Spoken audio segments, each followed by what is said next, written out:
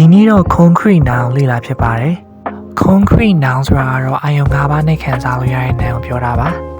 အရင်ဦးဆုံးသက်ဆိုင်တဲ့စကားလုံးတွေဖြစ်ဖို့အတွက်ဇယားဆွဲပါတယ်ပြီးတော့စဉ်းစားပြီးဖြည့်ပါတယ်စဉ်းစားတာအချိန်နည်းနည်းကြာသွားပြီးတော့ concrete noun အလုံး160လောက်ရသွားပါတယ်ဒီနေ့တော့ရှားက spiral pattern လေးကိုဆွဲမှာပါ spiral pattern ဆိုတာကတော့ဝဲကရဲ့ပုံစံမျိုးကိုပြောတာပါပိုသိချင်တော့ Pinterest မှာပဲဖြစ်ဖြစ် YouTube မှာပဲဖြစ်ဖြစ်ရှာပြီးတော့လေ့လာလို့ရပါတယ်ပုံဆွဲမဲ့အချိန်ကိုနိုင်ဝက်တူတာမလို့နှမျက်နှာဆွဲမှာပါ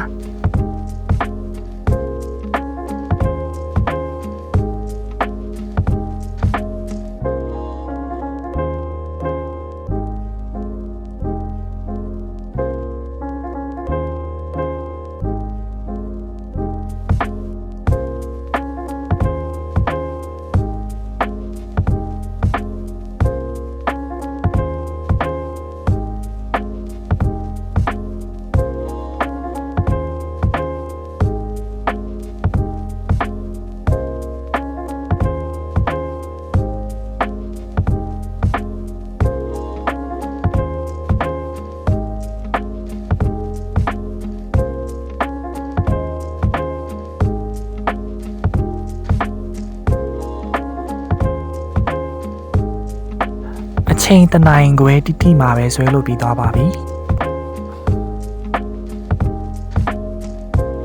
Day 11 vlog လေးကတော့ဒီလောက်ပါပဲခင်ဗျာအဆုံးထိကြည့်ပြီးရတဲ့အတွက်ကျေးဇူးတင်ပါတယ်